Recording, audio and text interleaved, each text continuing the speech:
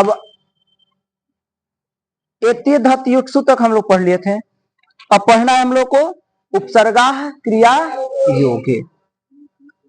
इसकी वृत्ति आप लोग सूत्र वृत्ति और पूरा याद कीजिएगा, ठीक है ना। प्रादयः क्रिया योगे उपसर्ग संज्ञा स्युः। यदि वृत्ति याद हो जाएगी, सूत्र वृत्ति याद हो जाए तो अर्थ को अलग से याद करने की आवश्यकता नहीं है। जैसे इसकी वृत्ति है प्रादयः क्रिया योगे, तो क्रिया के योग में, चाहे प्रादियों की क्रिया के योग में क्या होती है, उपसर्ग संज्ञा होती है। चाहे इसको ऐसे बोल सकते, क्रिया के योग में प्रादियों की उपसर्ग संज्ञा होती है, या प्रादियों की क्रिया के योग में उपसर्ग संज्ञा होती है। जैसे प्र प्राप सम अनुभव निस निस दुस दुर्वी आंगनी अधि अपि अति सु उत अभि प्रति परि उप, ऐसे प्रादय, इतने जो है प्रादि, यानी प्रादि का मतलब प्र आदि उपसर्ग है। यही सब हमारे क्या है, उपसर्ग हैं। फिर अगला सूत्र है भुवादयो धातवः। क्रियावाचिनो भुवादयो धातु संज्ञा स्युः। करें क्रियावाची, जिसको हम क्रिया भी कहते हैं, वो क्या है, भूवादि जो है। भवादिगण में पढ़ेंगे भूवादि, माने भवादिगण में सबसे पहले भू धातु ही आया है, इसलिए भूवादि कहा कि भूवादियों की क्या होगी, धातु संज्ञा। तो उसको हम धातु भी कह सकते, वही क्रिया है। जैसे इंग्लिश में हम लोग पढ़ते हैं ना प्ले, प्ले मीन्स खेलना, वर्ब है, तो वर्ब बोलते हैं क्रिया, तो वही एक क्रिया है। भू मतलब भू सत्याम धातु है, उस क्रिया, भू मतलब भौतिक रूप बनेगा होना, तो वो क्या है, क्रिया है। तो वो उस क्रिया को हम क्या कर रहे हैं, धातु संज्ञा। फिर कर रहे हैं उपसर्गाधृति धातु। अवर्णान तादुपसर्गा द्रिकारादौ धातु परे वृद्धि रेखादेशः स्यात्।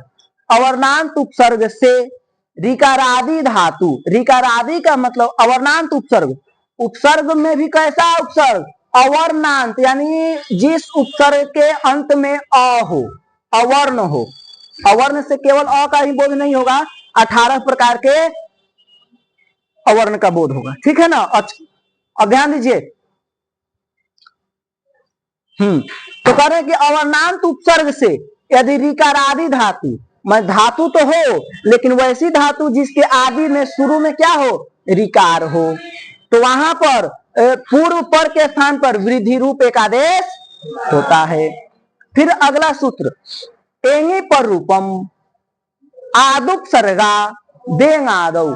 आदुपसर्गा का मतलब है अवर्णांत उपसर्ग से, देंगा अवर्णांत आदुप सर्गात, यानी अवर्णांत उपसर्ग से एंगादौ, एंगादि धातु परे हो, धातु हो, कैसा धातु पर में हो, एंग प्रत्याहार आदि में हो, वैसा धातु।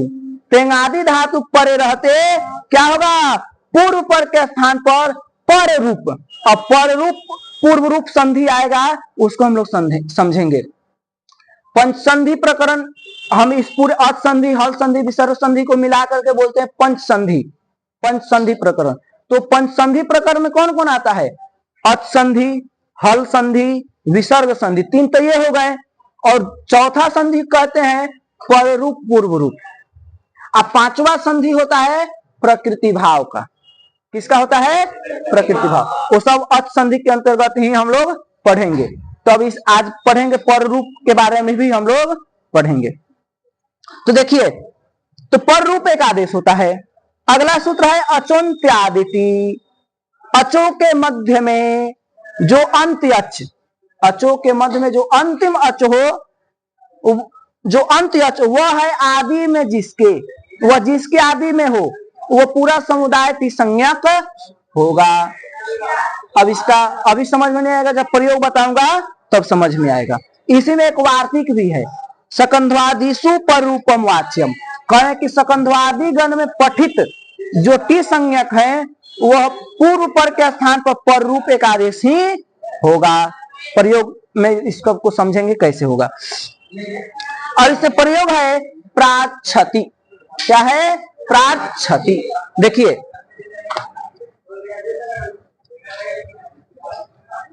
प्राच्छति समझिए, तो प्रधन रिच्छति, रिच्छति। देखिए समझिए आप लोग, ध्यान दीजिए, ये उपसर्ग है कि नहीं है। अब यहाँ पे सूत्र लग रहा है कौन, पीछे आप लोग पढ़े उसमें से कौन सूत्र लग रहा है, आद गुना, अवर्ण से अच परे है। तो लिखेंगे हम कि आद गुना प्राप्त, उसे बाध्य कर आया कौन, उपसर्गादृति धातु। ये कहता है अवर्णांत उपसर्ग से। ए बच्चा इधर समझो, पहले लिखो मत, पहले समझो। अवर्णांत उपसर्ग से ऋकारादि धातु पर में हो। प्र उपसर्ग है, अभी उपसर्ग पढ़े हैं, उपसर्गा क्रिया प्र प्रा पैसा वो उपसर्ग है।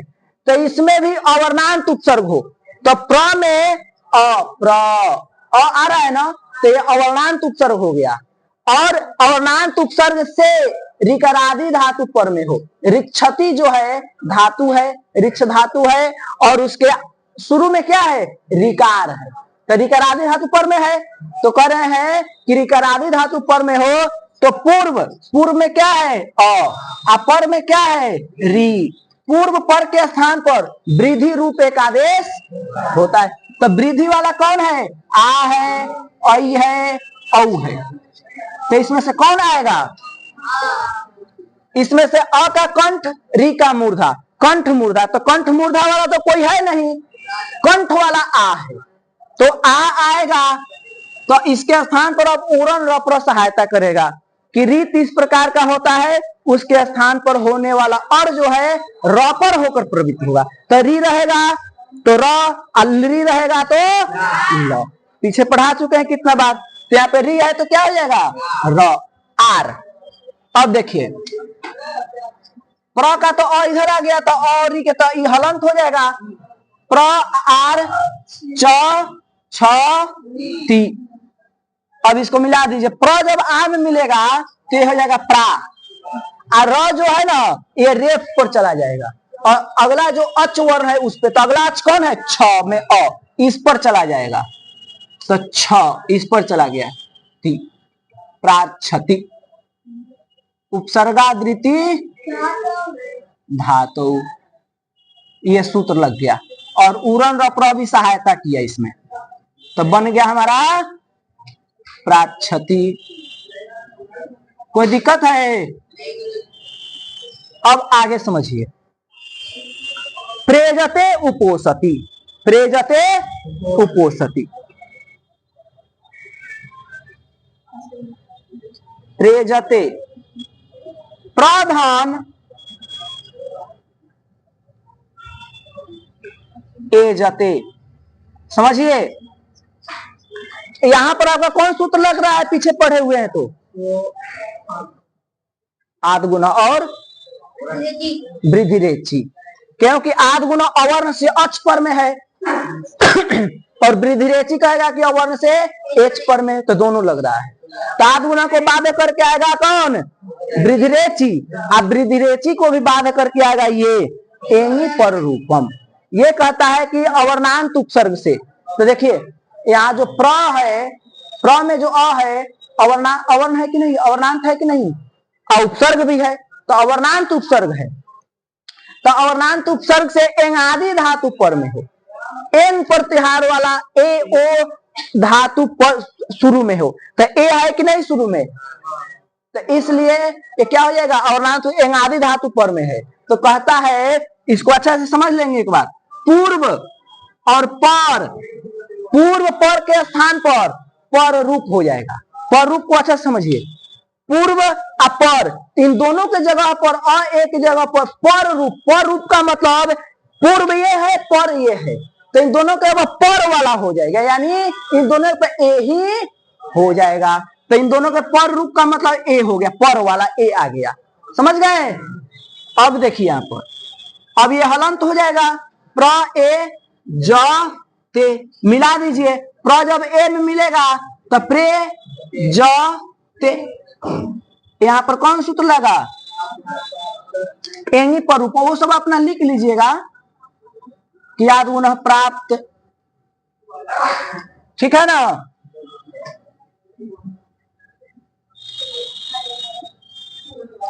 अब देखिए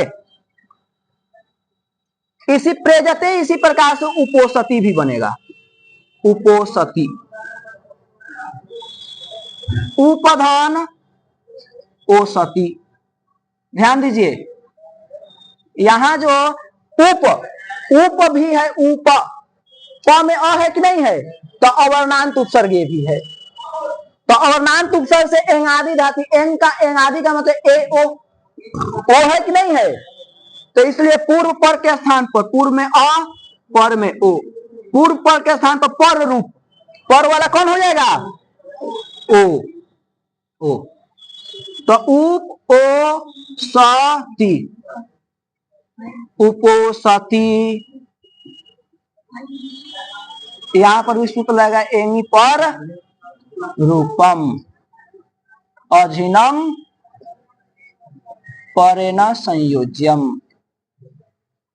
अंकुशपुरी ध्यान दो, ठीक है जी। अब इसको पहले लिख लीजिए, फिर अचोन्त्यादिति को बता रहा हूं, ठीक है। अचोन्त्यादिति, अचाम मध्य योन्त्यः स आर्यस्य तटिसंज्ञम स्यात्, सकंध्वादिषु पर रूपम वाच्यम तच्चटे। सकंधु, करकंधु, मनीषा, आकृति गणोयम मार्तंड, ये 4 प्रयोग है, इसको अच्छा समझिए।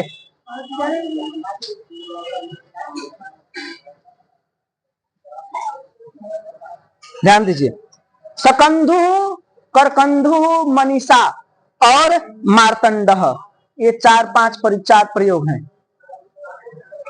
देखिए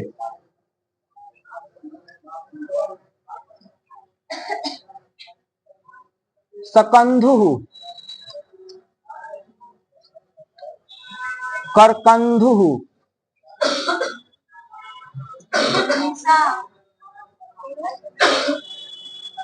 मनीषा और मार्तंड।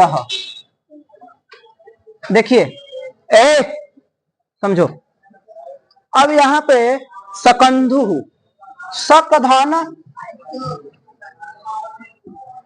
अंधु, सकधन अंधु, कर्कधन अंधु, मनसधन ईसा।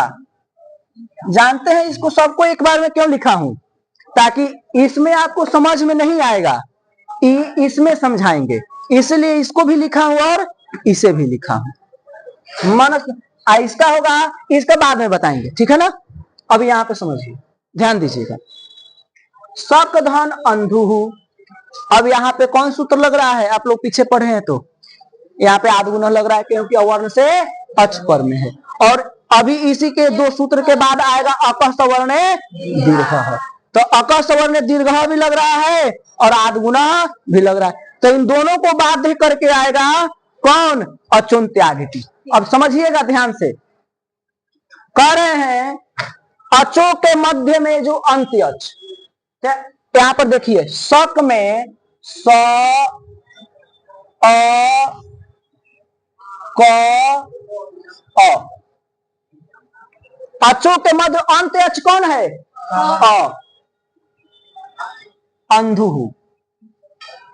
और इसमें देखिए मनस में म अ न अ स, अधन ईसा। ध्यान दीजिए, यहां पर अचो के मध्य में अंत्य अच कौन है, ककारोत्तरवर्ती आकार, ठीक है। और इसमें अचो के मध्य में कौन है अंत्य अच, नकारोत्तरवर्ती आकार, ठीक है ना। तो कह रहे हैं कि अचो के मध्य में जो अंत्य अच कौन है, अ, यह है वह है आदि में जिसके, तो ये जो अ है किसके आदि में है, यानी किसके पहले है, क के पहले है कि क के बाद में है, तो किसके पहले है, ये किसके पहले है, नहीं। देखिए किसी का कोई एक लड़का हो, किसी का एक लड़का हो, तो वो जो है उसके लिए सबसे बड़ा भी है और सबसे छोटा भी है। है कि नहीं है? माने किसी का एक लड़का हो तो उसके लिए वो ज्येष्ठ भी है और कनिष्ठ भी है, माने छोटा भी है और बड़ा भी है। वही बड़ा है और वही छोटा, क्योंकि एक ही। तो ये जो है किसके आदि में है? तो किसी के आदि में नहीं, ये अपने ही आदि में है और अपने ही अंत में भी है, क्योंकि इसके बाद तो कोई। लेकिन यहां जो है मनस में ये किसके आदि में है? तो स के आदि में है। किसके आदि में है? स के आदि में है। तो हम लिखवाए हैं कि अचों के मध्य में जो अंत्य अच, तो अंत्य अच यह है वह हो जिसके आदि में वह समुदाय। तो वो समुदाय कौन है? इसमें जो है ये अस भाग की टी संज्ञा हो जाएगी। क्यों? क्योंकि ये स के आदि में है। तो जिसके आदि में हो वो समुदाय, तो किसके आदि में है? स के आदि में। तो ये पूरा समुदाय टी संज्ञक हो गया, अस। और यहां जो है ये केवल अ की टी संज्ञा होगी, क्योंकि ये किसी के आदि में, ये अपने ही आदि में है और अपने ही अंत में है। तो इसमें जो है केवल अ की टी संज्ञा होगी। समझ रहे हैं? तो टी संज्ञा हो गई। तो टी संज्ञा का फल क्या है? तो सकंधवादी गण में पठित जो टी संज्ञक है, ये सकंधवादी गण का है। तो कहे कि सकंधवादी गण में पठित जो टी संज्ञक है, उस टी संज्ञक का फल क्या है? पूर्व अपर। पूर्व में आपका क्या है? अपर में भी क्या है? अ। तो पूर्व पर के स्थान पर रूप एक आदेश होगा, यानी इस अ और इस अ की जगह पर वाला अ आ जाएगा। ठीक है? पर वाला अ आ जाएगा, ध्यान दीजिएगा। अब इसको मिला दीजिए, ये हो गया शक अ न धु, मिला करके लिखेंगे क्या हो जाएगा? सकंध। क में मिलेगा तो सकंधु, नहीं तो यहाँ पे अकस्वर्ण दीर्घ से दीर्घ होता तो क्या होता? सकांधु बन जाता। इसलिए यहां पर, और इसमें देखिए इस अस भाग की टी संज्ञा हुई है। तो इसमें पूरे अस के जगह पर ये दोनों जो अस है ना, इस अस और ई, ये पूर्व में है, ये पर में है। तो पूर्व पर के स्थान पर क्या होगा? पर रूप एक आदेश। तो पर रूप में क्या आ जाएगा? ई हो जाएगा। तो अब यहां बनेगा आपका मन, न में हलंत, म अ में मिलेगा तो म, और न आधा है तो न आधा न, क्योंकि इसके और इसके पर ई हो गया। समझ रहे हैं? तो मन ई सा। अब इसको मिलाइए, मनीषा। तो यहाँ पे सूत्र लगा कौन? अचोन्त्यादिति। कौन लगा? त्यादिति। और इसी का एक वार्तिक लगा सकंधवादिशु। सकंधवादिशु परूपम वाच्य। अचोन्त्यादिति और सकंधवादिशु परूपम वाच्य। उसी पर जैसे सकंधु बना, उसी प्रकार से करकंधु भी बनेगा। कर्क में जो अ है और इसकी अ है, तो इस अ का टी संज्ञक हो जाएगा अचो के मध्य में अंत्य अच। तो क में जो अ है, कर क अ है ना, तो इसकी टी संज्ञक। तो टी संज्ञक का फल क्या है? पूर्व और पर के स्थान पर वाला अ हो जाएगा। तो कर्क अ आधा न धु। हलंत पर ध्यान देंगे आप लोग, जो हलंत लगा रहे हैं इस पर ध्यान देंगे। तो कर कंधु, यहां पर भी आपका यही सूत्र लगेगा। हाँ, अब मार्तंड को समझिएगा, ध्यान दीजिएगा।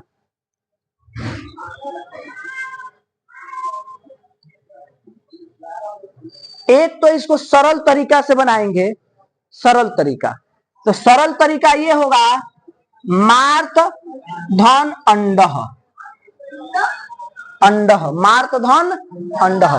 तो त में अ है, तो त का अ और अंडह का अ।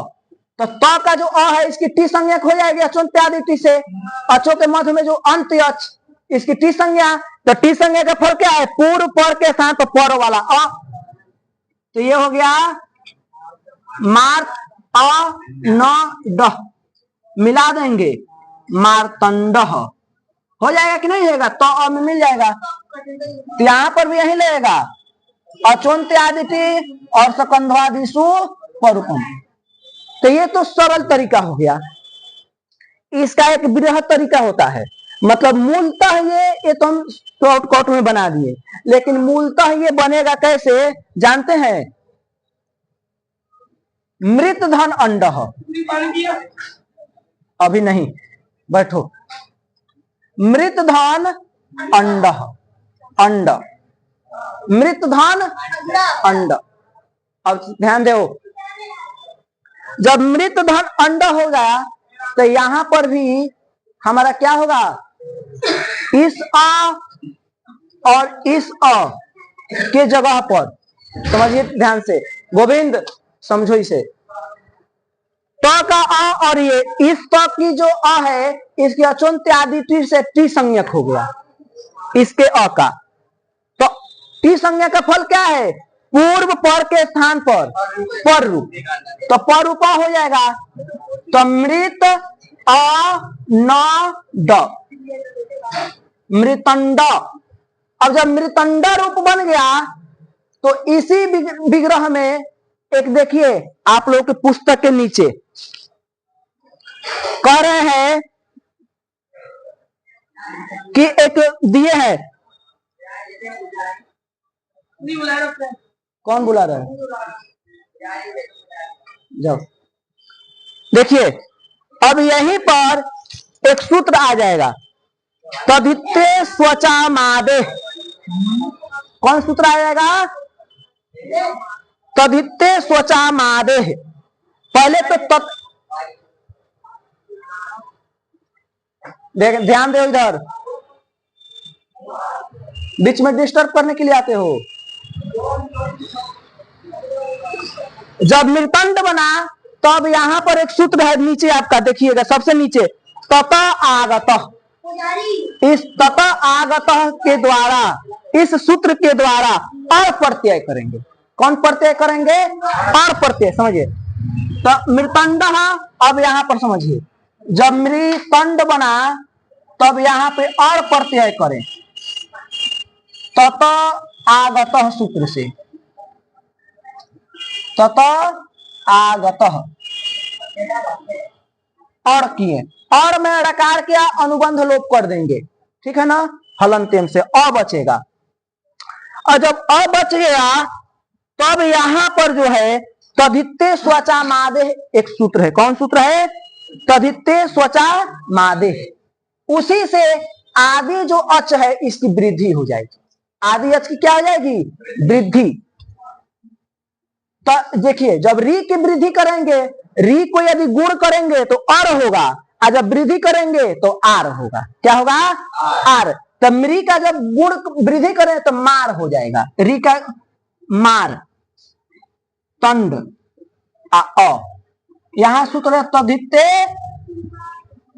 स्वचा मादे, ठीक है? मारतंड अ। अब फिर यहां पर भी, अब जब ए हो गया तो इसको मिला दीजिए, मारतंड अ।